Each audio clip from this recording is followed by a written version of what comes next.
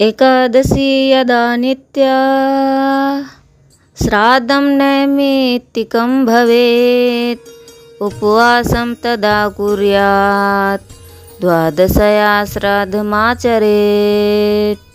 एकादशी यदा नित्या श्राद्धं नैमित्तिकं भवेत् उपवासं तदा कुर्यात् द्वादशयां श्राद्धमाचरेत्। हरे कृष्णा। तो सभी वैष्णव भक्तों के चरणों में दंडवत प्रणाम। तो यहाँ पे प्रश्न है कि एकादशी के दिन श्राद्ध करना चाहिए या नहीं। तो चलिए जानते हैं।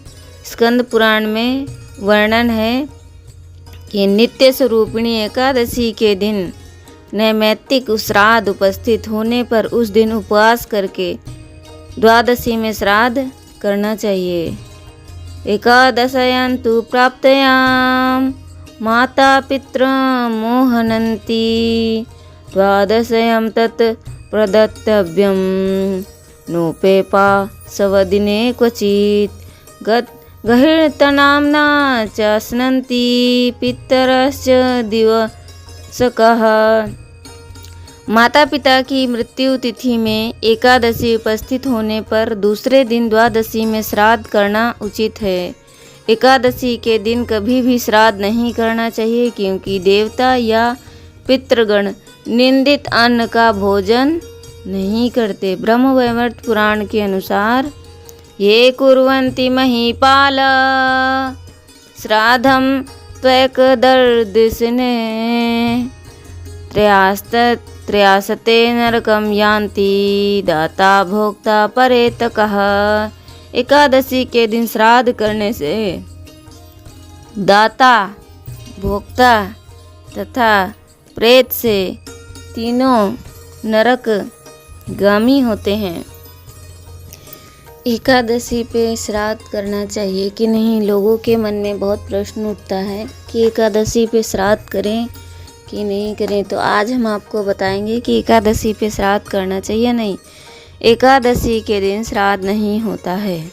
शास्त्र की आज्ञा है कि एकादशी के दिन श्राद्ध नहीं करना चाहिए। पुष्कर खंड में भगवान शंकर ने पार्वती जी से स्पष्ट रूप से कहा कि जो एकादशी के दिन श्राद्ध करते हैं तो श्राद्ध को खाने वाला और श्राद्ध को खिलाने वाला और जिस के निमित्त यह श्राद्ध हो रहा है वह पितर तीनों नरकगामी होते हैं। उसके लिए ठीक तो यही होगा कि उस दिन निमित्त द्वादशी को ही श्राद्ध करें। तो हमारे पूर्व महापुरुषों का कहना है कि अगर द्वादशी को श्राद्ध नहीं करें और एकादशी को करना चाहें तो पितरों का पूजन कर निर्धन ब्राह्मण को केवल फलाहार करावें। भले ही वह ब्राह्मण एकादशी करता हो या ना करता हो, लेकिन हमें उस दिन उसे फलाहार ही करवाना चाहिए। श्राद्ध में कभी भी स्त्री को श्राद्ध नहीं खिलाया जाता। आजकल एक प्रचलन है कि पिताजी का श्राद्ध है तो पंडित जी को खिलाया और माताजी का श्राद्ध है तो ब्राह्मणी को खिलाया। यह शास्त्र विरुद्ध है। स्त्री को श्राद्ध का भोजन करने की आज्ञा नहीं है क्योंकि वह जनेऊ धारण नहीं कर सकती। उनको अशुद्ध अवस्था आती है, वह संकल्प नहीं करा सकती। तो ब्राह्मण को ही श्राद्ध का भोजन कराना चाहिए। ब्राह्मण के साथ ब्राह्मणी आ जाए, उनकी पत्नी आ जाए, साथ में उनके बच्चे आ जाएं तो कोई परेशानी नहीं है। पर अकेली ब्राह्मणी को भोजन कराना शास्त्र के विरुद्ध है। पितरों को पहले थाली नहीं देवें। पितृ पूजन में पितरों को कभी भी सीधे थाली नहीं देनी चाहिए। वैष्णव में पहले भोजन बनाकर प्रथम ठाकुर जी को भोग लगाना चाहिए और फिर वह प्रसाद पितरों को देना चाहिए, क्योंकि ऐसे पितरों का भी कल्याण होता है। भोग लगा हुआ प्रसाद लेते हैं, तर्पण होता है तो उनको सद्गति की प्राप्ति होती है। कभी भी अमीनिया वस्तु किसी को नहीं देना चाहिए। भगवान का प्रसाद ही अर्पण करेगा और भगवान का प्रसाद पितरों को देने से उनको संतुष्टि होगी। इसीलिए पितरों को प्रसाद अर्पण करना चाहिए। पितृलोक का एक दिन पितृलोक 1 वर्ष के बराबर होता है।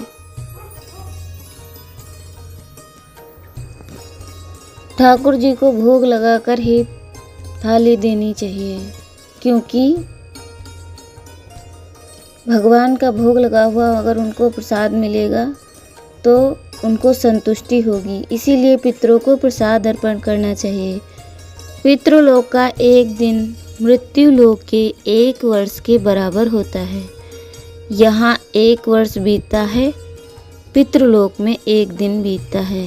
केवल श्राद्ध ही नहीं, अपने पितरों के निमित्त श्री गीता पाठ, श्री विष्णु सहस्त्रनाम, श्री महामंत्र का जाप और नाम स्मरण अवश्य कराना चाहिए। पितृ कर्म करना यह हमारा दायित्व है। जब तक यह पंच भौतिक देह है तब तक इस संबंध में जो शास्त्र आज्ञा और उपक्रम है उनका भी निर्वाह करना पड़ेगा। गया जी करने के बाद भी हमें श्राद्ध करना चाहिए। कुछ लोगों के मन में प्रश्न उठता है कि हमने तो गया कर लिया है तो क्या हमें श्राद्ध करना चाहिए? तो उन लोगों को श्राद्ध जरूर करना चाहिए।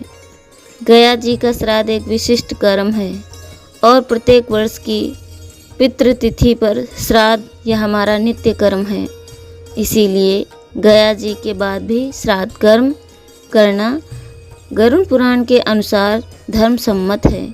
यह सभी कर्म सनातन हिंदू धर्मावलंबियों के लिए हमारे ऋषियों ने निर्धारित किए हैं। इसकी विस्तृत व्याख्या है, यहाँ केवल संक्षिप्त में ही हम आपको बता रहे हैं। तो अलग अलग जगहों पे अलग अलग तरीके से होता है, लेकिन हमें श्राद्ध के दिन नाम जप करना चाहिए। यदि उस दिन एकादशी है तो हमें श्राद्ध नहीं करना चाहिए, द्वादशी पे श्राद्ध करना चाहिए। हरे कृष्णा।